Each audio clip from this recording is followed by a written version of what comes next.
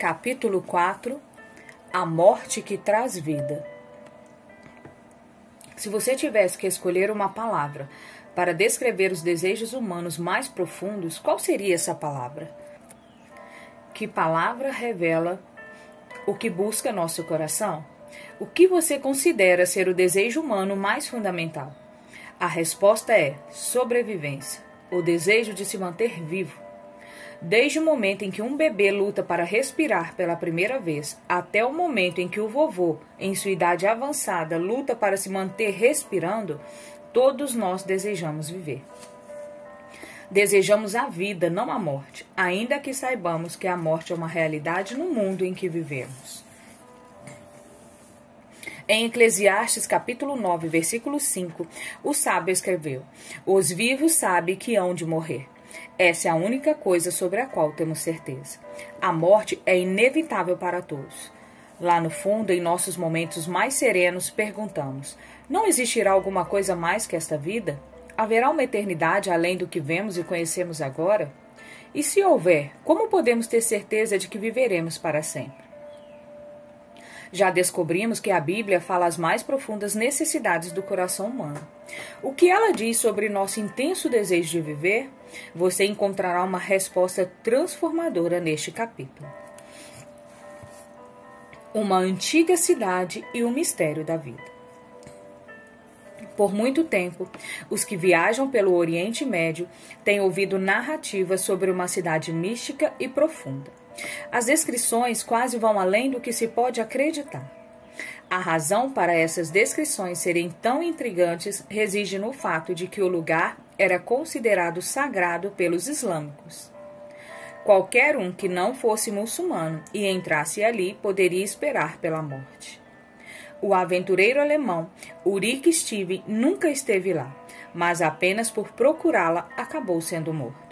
O homem que conseguiu chegar ao local foi Rowan Burckhardt. Burckhardt, um europeu nada convencional, fluente em árabe, mergulhou na cultura e na maneira de ser do Oriente Médio.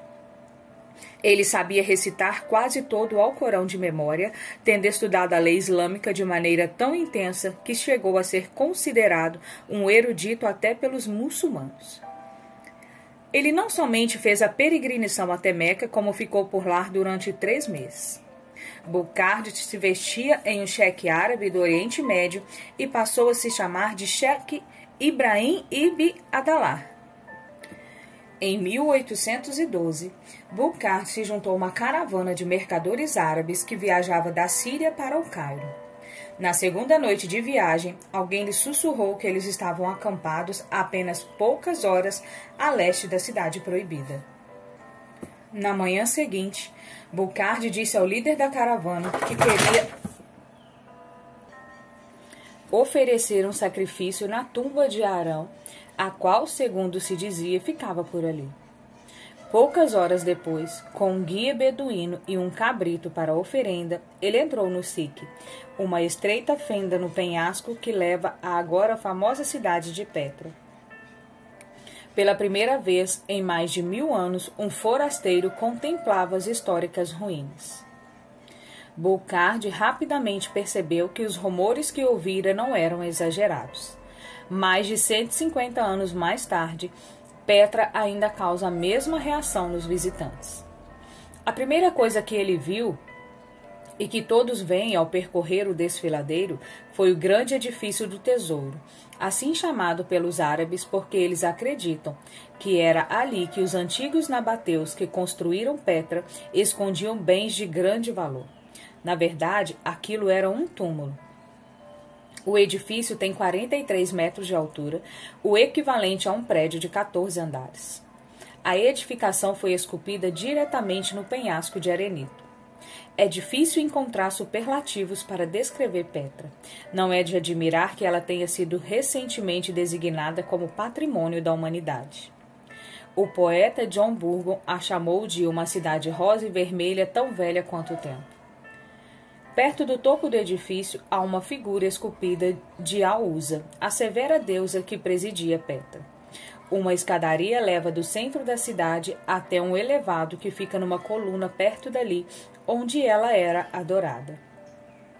Um exame mais cuidadoso do elevado revela algo que não é costumeiramente mostrado nos guias de viagem e em programas de TV sobre Petra. Refiro-me ao andar onde os nabateus ofereciam sacrifícios à Aúza. Esses sacrifícios costumavam ser de animais, mas em ocasiões especiais, pelo menos uma vez por ano, uma criança era amarrada no altar e sacrificada. Ao cortarem a garganta do sacrificado, o sangue corria por uma fenda na base do altar, por onde era levado até o sopé da coluna para alimentar o deus leão. É compreensível que você fique horrorizado com isso, mas o fato é que sacrifícios de criança eram praticados em muitos lugares do Oriente Próximo, bem como em outras regiões do mundo. O que precisamos saber é por que faziam isso. Por que os nabateus ou por que qualquer um faria uma coisa tão horrível como essa? Seria porque não amavam seus filhos? Em absoluto, eles o queriam muito. Aqui está a razão de fazerem isso. Eles sabiam o que queriam de Aúza, a vida eterna. E para obtê-la tinha de dar a deusa nada menos do que a coisa mais preciosa que possuíam, seus filhos. O sacrifício supremo em outra montanha. Às vezes entendemos melhor certas coisas por meio de contraste. E é isso que queremos fazer agora. Venha comigo a outra colina de sacrifício. Essa se chama Calvário. Jesus está morrendo, pendurado a uma cruz. Olhe para os cravos em suas mãos e em seus pés, a coroa de espinhos em sua cabeça e o sangue gotejando sobre a rocha abaixo. Parece existir alguma semelhança entre essa cena e a outra de Petra, mas não existe. Não poderia haver maior diferença. Por quê? Porque os nabateus acreditavam que o seu Deus exigia um sacrifício, um cruel e horripilante sacrifício de conciliação. Na cruz, Deus não está exigindo, está dando. É Ele quem faz o sacrifício. Ele deu o dom supremo, o mais precioso que jamais poderia ser dado em todos os tempos. Ele deu porque nos amou tanto que preferiu dar a própria vida para que pudéssemos viver com Ele para sempre. Por causa do seu incompreensível amor, Deus amou ao mundo de tal maneira que deu seu Filho unigênito para que todo o que nele crê não pereça, mas tenha a vida eterna. João capítulo 3, versículo 16. É possível ler isso e até crer nisso sem que seja real para nós. Podem ser apenas palavras. Na verdade, esse é um dos problemas mais sérios que enfrentamos. Mas Deus é incrivelmente paciente conosco. Ele sabe que está lidando com pessoas com dificuldade para aprender e por isso está disposto a repetir várias vezes suas lições. Desde que começou o pecado, ele vem idealizando maneira de nos ajudar a entender seu amor e a grandeza do sacrifício de Cristo em nosso favor. O amor de Cristo revelado. O processo ensino-aprendizagem começou no Éden, logo depois de o primeiro casal ter pecado.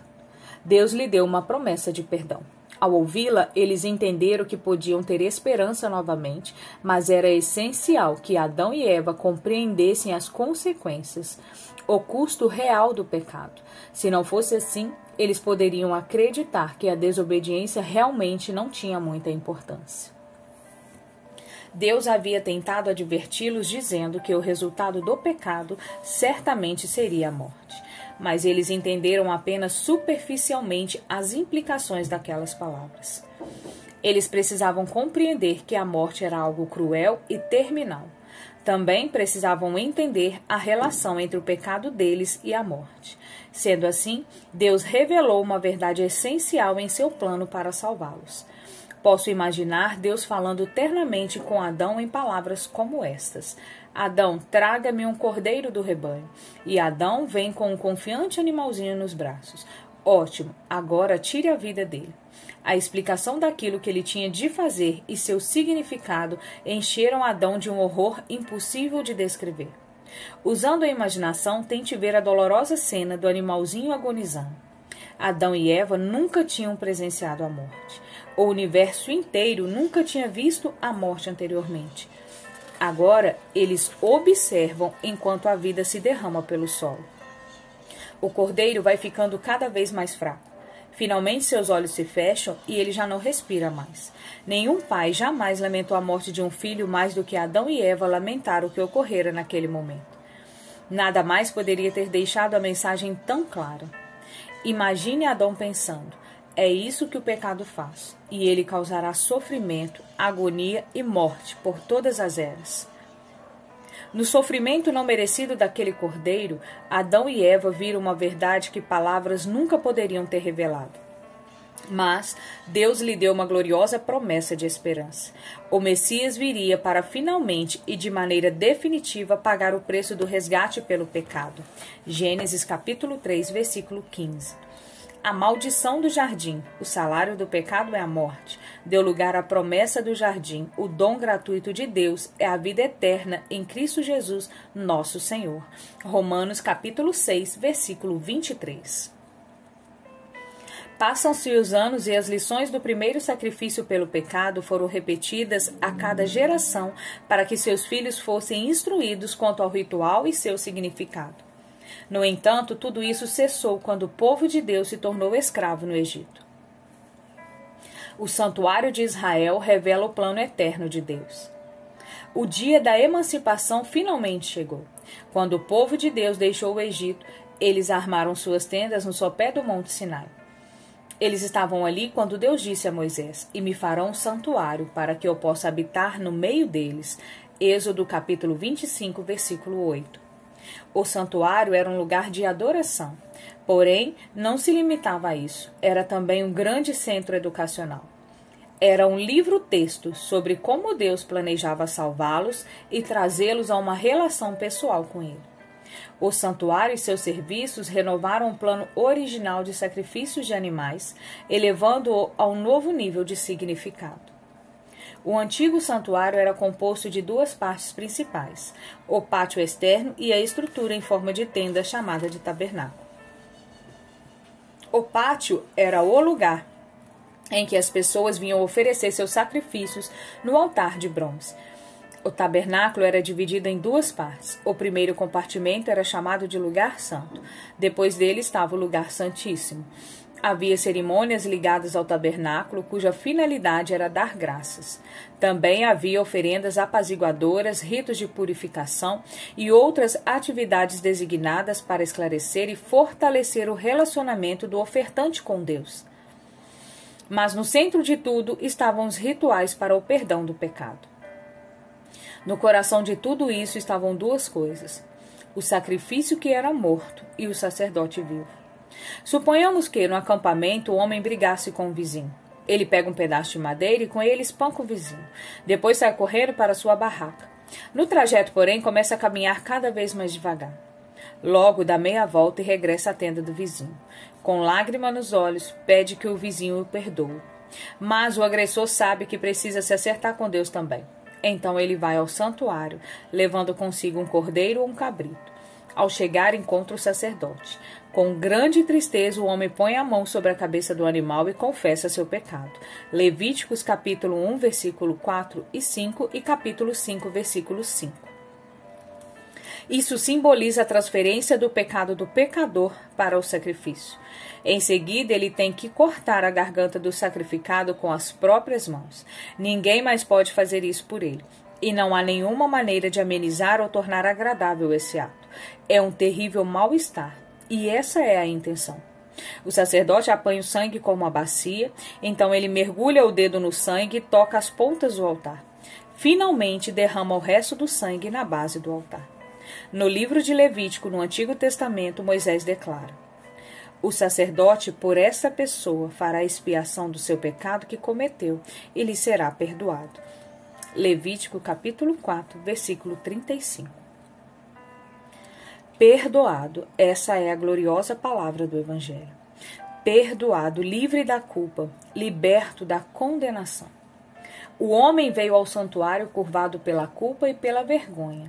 Ele sai dali alegre e radiante. Por quê? Porque foi perdoado. Sua culpa desapareceu. Ele chegou ali debaixo de uma sentença de morte. Agora sai feliz pelo dom da vida. Observe os passos envolvidos. Primeiro, o homem, um pecador, aceita a culpa sem tentar uma explicação para justificar o que fez.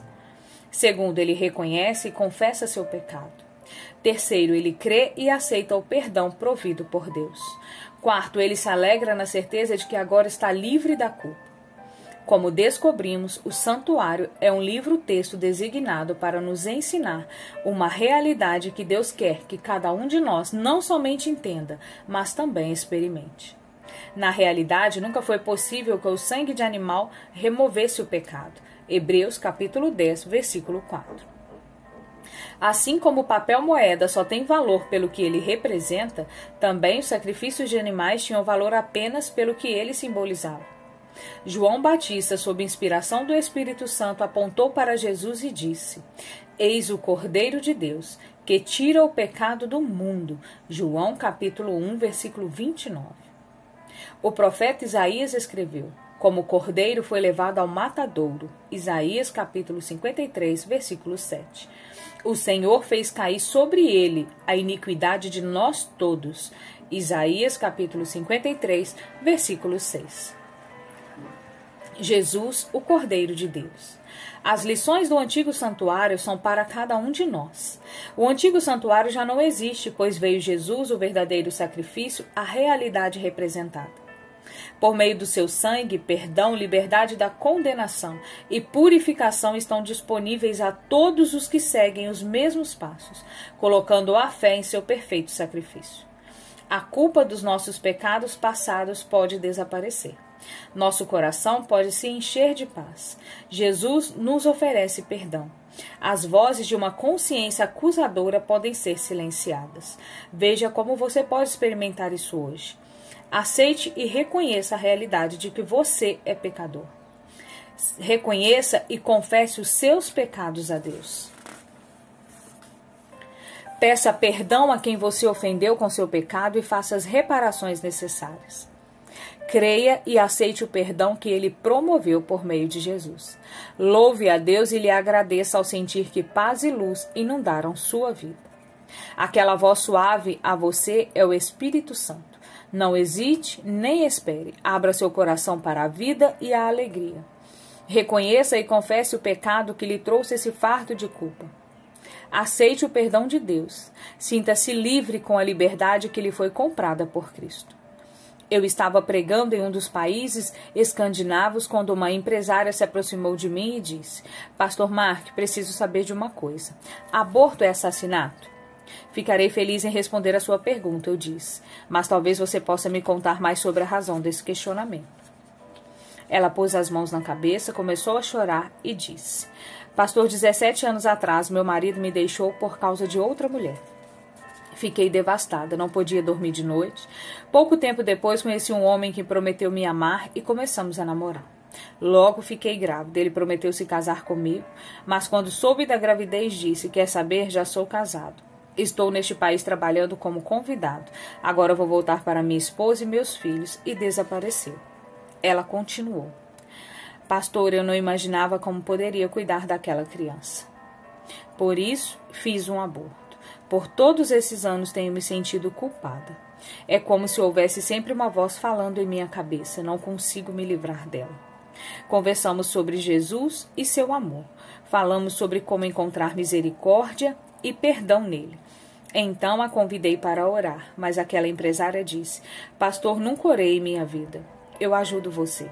Apenas repita as palavras que vou dizer. Eu insisti. E fizemos uma oração simples. Senhor, querido, venho a ti como uma pecadora culpada. Deus, tu sabes o que fiz. Por favor, perdoa meu pecado. Livra-me da culpa e da vergonha. Depois de orar, ela se levantou. Havia um novo brilho em seus olhos, um novo sorriso em seu rosto. Ela me olhou e disse: Pastor Mark, pela primeira vez desde que aquilo aconteceu, eu sinto paz. Deus quer que você tenha a mesma paz, a mesma esperança e, com isso, o dom da vida. Ele o oferece a você como um presente totalmente pago. Lembre-se das palavras do apóstolo Paulo. O salário do pecado é a morte, mas o dom gratuito de Deus é a vida eterna em Cristo Jesus, nosso Senhor. A vida eterna era o que os nabateus queriam. Eles a queriam tanto que estavam dispostos a sacrificar até os próprios filhos para consegui-la. Mas, felizmente, ela já é nossa como um dom precioso, que inclui paz de espírito, liberdade da culpa e vida eterna na presença de Deus. A vida eterna é uma dádiva. Numa noite, muitos anos atrás, eu estava pregando em uma pequena vila nas montanhas vizinhas à cidade de Legazpi, nas Filipinas. Eu acomodei uma mesinha sobre o chão batido com uma lamparina para iluminar. Adultos e crianças, especialmente, aglomeraram-se ao redor para ouvir a mensagem do amor de Jesus. Seu perdão e o dom da vida eterna. Ali estavam eles, sentados, enquanto eu falava sobre Jesus. Eu pensava, como deixar tudo isso bem claro? Como posso fazer disso uma realidade para eles? No meu bolso havia um pente novo. Eu o segurei e mostrei para todos. Depois o estendi para o menino que estava na primeira fila e disse: esse pente novo é para você. É um presente que quero lhe dar. Em vez de pegar o pente, o menino deu um pulo e correu para o matagal. Então eu disse a outro menino: olha aqui este pente, eu quero dá-lo a você. Ele estendeu a mão e ficou com o pente. Depois disso, várias crianças se aglomeraram ao meu redor. Até o menino que havia fugido voltou. Eu disse a ele: você tem o pente? Não, senhor. Ele respondeu: bem, eu quis dá-lo a você. Por que você não tem? Ele olhou para o chão e ficou mexendo os pés. Então disse em voz baixa: não tenho pente porque não o peguei. Existem muitas pessoas que não têm a vida eterna porque, como aquele menino, não estenderam a mão para tomar posse dela ao ser gratuitamente oferecido por Cristo. A salvação é uma dádiva. O apóstolo Paulo expõe de maneira clara essa verdade imensa em sua carta aos Efésios, porque pela graça sois salvos, mediante a fé. E isso não vem de vós, é dom de Deus. Efésios capítulo 2, versículo 8. Somente Jesus pode lidar com nossa culpa. A Bíblia diz, em 2 Coríntios, capítulo 5, versículo 21, aquele que não conheceu pecado, isto é, Jesus, ele, isto é, Deus, o fez pecado por nós, para que nele fôssemos feitos justiça de Deus. Quando morreu na cruz, Jesus experimentou a indescritível agonia que os pecadores também experimentarão ou se perderem eternamente. Isso é amor, um amor incrível e incompreensível. Todo o tema da Bíblia é incrível o amor de Deus por nós. Esse também é o tema do último livro da Bíblia, o Apocalipse. Esse livro não é simplesmente uma coletânea de símbolos misteriosos e animais estranhos. É um livro de sombras e trevas que pinta um quadro assustador do futuro. Ele é um livro que revela Jesus em toda a sua plenitude, para sempre triunfante sobre os poderes do mal. No capítulo 1, Jesus é aquele que nos ama e pelo seu sangue nos libertou dos nossos pecados. Apocalipse 1, versículo 5. No capítulo 5, Jesus é o cordeiro sacrificado que pode abrir os livros do juízo e redimir seu povo. Apocalipse capítulo 5, versículo 6. No capítulo 6, Jesus é o cordeiro que abre os selos da história a fim de revelar seu plano para salvar a raça humana. Apocalipse capítulo 6, verso 1. No capítulo 7, ele livra o seu povo da grande tribulação, e eles lavam suas vestes, e as alvejam no sangue do Cordeiro. Apocalipse, capítulo 7, versículo 14. No capítulo 13, Jesus é o Cordeiro que foi morto desde a fundação do mundo. Apocalipse, capítulo 13, verso 8. O plano da salvação foi posto em ação assim que a humanidade pecou.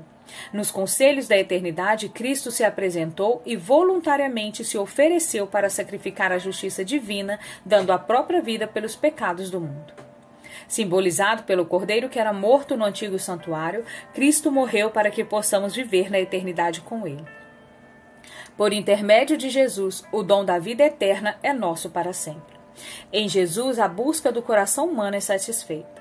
Nossos mais profundos desejos são preenchidos. Jesus é o maior pacifista do mundo. Não existe ninguém como ele.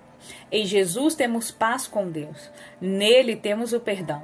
Por meio de sua graça temos a certeza da vida eterna e nosso coração fica em paz. Não dê as costas ao presente que Deus oferece gratuitamente. Não fuja de Deus e de seu amor. Estenda a mão agora mesmo e aceite sua dádiva do perdão. Aceite sua dádiva da vida eterna. Não espere até que você seja suficientemente bom, nem até que possa entender tudo perfeitamente. Venha para Jesus com sua fé simples e diga: Senhor, sou um pecador cheio de culpa. Minha vida às vezes tem sido de muita confusão, mas agora estendo minhas mãos pela fé. Quero aceitar seu perdão. Sou grato a ti pelo dom da vida eterna que proveste. Faça uma oração simples porque não se junta a mim agora mesmo. Diga com fé: Senhor, eu preciso do dom da salvação, do dom da vida. Venho a Ti com o coração aberto. Venho à cruz, venho acreditando que Jesus é meu Salvador. Ajoelho-me diante da cruz, confesso meu pecado e aceito o Teu perdão. Quando abrimos o coração e fazemos essa simples oração, Jesus estende os braços para nos abraçar. Ele sussurra ao nosso ouvido: Filho, você está perdoado. A vida eterna é nossa, comprada pelo sangue de Jesus, o sacrifício eterno pelo pecado. Sua palavra declara: se confessarmos os nossos pecados, Ele é fiel e justo para nos perdoar os pecados e nos purificar de toda a injustiça. 1 João capítulo 1, verso 9. Algumas pessoas dizem: será que Ele perdoa o adultério? Outras dizem: será que Ele perdoa a mentira? E ainda outras dizem: será que Ele perdoa um assassinato? Será que eu deveria incluir essas coisas no verso acima? Se confessarmos os nossos pecados, exceto de adultério, Ele vai nos perdoar? Se confessarmos os nossos pecados, exceto da mentira, Ele vai nos perdoar? Se confessarmos os nossos pecados, exceto de assassinato, Ele vai nos perdoar? Será que eu deveria colocar essas observações no verso? De maneira nenhuma. Por quê? Porque se de fato confessarmos, Ele dará o perdão. É exatamente isso. Nós vamos a Ele, confessamos nossos pecados e, pela fé, aceitamos a dádiva da vida eterna que Ele nos oferece. E ela passa a ser nossa. É simples assim. Por que não fazermos isso agora?